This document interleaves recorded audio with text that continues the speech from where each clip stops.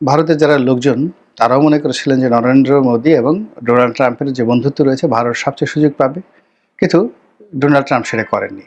আবার তিনি নরেন্দ্র মোদীকে আঘাত করে, ভারতকে আঘাত করে তিনি যেভাবে চোখ বুজে ভারতের উপর কর্তৃত্ব করতে চেয়েছিলেন সেটা সম্পূর্ণরূপে তার জন্য বুমেরাং হয়ে পড়েছে। আপনারা জানেন যে পৃথিবীর সবচেয়ে বড় সোলার প্ল্যান্ট রিলায়েন্স গ্রুপ করতে যাচ্ছে। যেটি মূলত তারা আমেরিকাতে করতে চেয়েছিল সেটা এখন তারা ভারতে করতে যাচ্ছে এবং গুজরাটে। ফলে ধরুন ট্যাক্স দিয়ে তো আর রাষ্ট্র চলে না, ব্যবসা বাণিজ্য দিয়ে রাষ্ট্র চালাতে হয়। জনগণের উপরে ট্যাক্স আরোপ করে, শুল্ক আরোপ করে খুব অল্প সময়ের জন্য আপনি অনেকটা কুইনাইনের মতো জ্বর সারাতে পারেন, কিন্তু দীর্ঘমেয়াদে যদি শরীরের পুষ্টি সাধন করতে হয় তাহলে শিল্পায়ন। এখানে ভারতের যে বড় বড় শিল্প গ্রুপ, আপনি টাটা, আম্বানি গ্রুপ, তারপর আদানি গ্রুপ, এরপর হিন্দুজা গ্রুপ, এরকম অসংখ্য ভারতের তো টপ 100 কোম্পানি যারা ট্রিলিয়ন ট্রিলিয়ন ডলার ভারত থেকে নিয়ে গিয়ে তারা আমেরিকাতে বিনিয়োগ করে যাচ্ছিল এবং আমেরিকার সেই হাইটেক বিজনেসগুলো তারাই পরিচালনা করছিল। আজ আপনি দেখুন আমেরিকার যে বড় বড় প্রতিষ্ঠানগুলো, এটা শুধু ইন্ডিয়ান নয়, আমেরিকান প্রতিষ্ঠানগুলো গ্লোবাল, সেটা গুগল ধরেন, মাইক্রোসফট ধরেন, অ্যাপেল, তারপরে শেষে আমাজন, এই সব বড় বড় প্রতিষ্ঠানের একেবারে কে পার্সোনাল যারা রয়েছেন, ইনক্লুডিং কোকাকোলা, তারপরে পেপসি, সব জায়গাতে কিন্তু ভারতীয়দের একছত্র আধিপত্য। ভারত এই জায়গা থেকে সরে আসতে চাচ্ছে। তারা তাদের শিল্প প্রতিষ্ঠানগুলো ভারতে নিয়ে আসতে চাচ্ছে। এমনকি তারা প্ল্যান করছে যে ইউরোপের যে সবচেয়ে বড় স্টিল কোম্পানি, সেই মিত্তাল গ্রুপ, সেটা তারা ভারতে নিয়ে আসবে। এমনকি যে রেঞ্জ রোভার এবং ফোর্ড, আমেরিকান যে কোম্পানি ফোর্ড, এটা তো মালিক ভারতীয় company, tata company. Range rover, land rover, এর মালিক কারা? ভারতীয়রা। তারা সেখান থেকে নিয়ে আসবে। যে তাজ হোটেল, আমেরিকার সবচেয়ে বড় প্রেস্টিজিয়াস যে হোটেলগুলো, এই চেনগুলো ভারতের।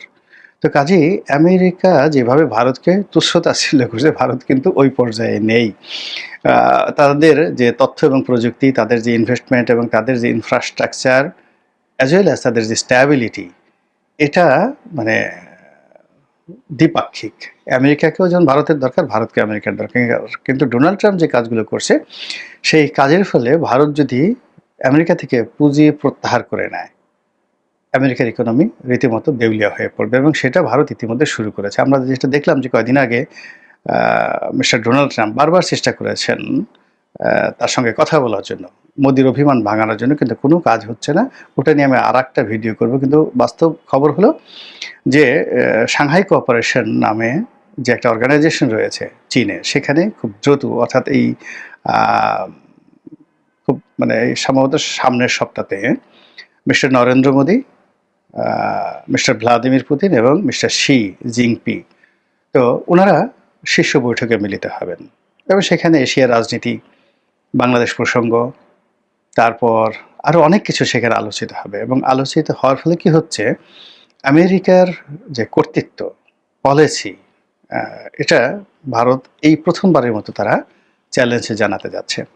আপনারা জানেন যে ওসামা বিন লাদেনের যে সময়টিতে বা মোল্লা ওমরের বিরুদ্ধে যখন আমেরিকা যুদ্ধ ঘোষণা করলো, তখন আমেরিকা ভারতকে একটা ফাঁদে ফেলে রাশিয়ান ব্লক থেকে সরিয়ে এনে তারা কি করলো, তাদের বন্ধু বানালো। আর অন্যদিকে পাকিস্তানে পারভেজ মোশাররফকে সরিয়ে তারা যেভাবে মোটামুটি ভারতের মাধ্যমে, আমেরিকার মাধ্যমে মোল্লা ওমরকে ধ্বংস করলো, তালেবানকে ধ্বংস করলো, এখন তারা পাকিস্তানকে, যাকে বলে ভারতকে মাঠে মারা দিয়ে, তারপর তালেবানদেরকে ডুবিয়ে আফগানিস্তানকে তছনছ করে আবার তারা যাকে বলা হয় পাকিস্তানের সঙ্গে হাত মিলিয়েছে। এবং আপনি জানেন যে পাকিস্তানের যে জাতিসত্তা, পাকিস্তানের যে স্ট্রাকচার গড়ে উঠেছে, সেটা আগামী 100 বছর চেষ্টা করলেও ভারতীয় সংস্কৃতির সঙ্গে বা ভারতীয় জনগণের যে দেশপ্রেম এবং তাদের মধ্যে যে ঐক্যবদ্ধতা, এটা পাকিস্তান অর্জন করতে পারবে না, প্রথম থেকে পারেনি।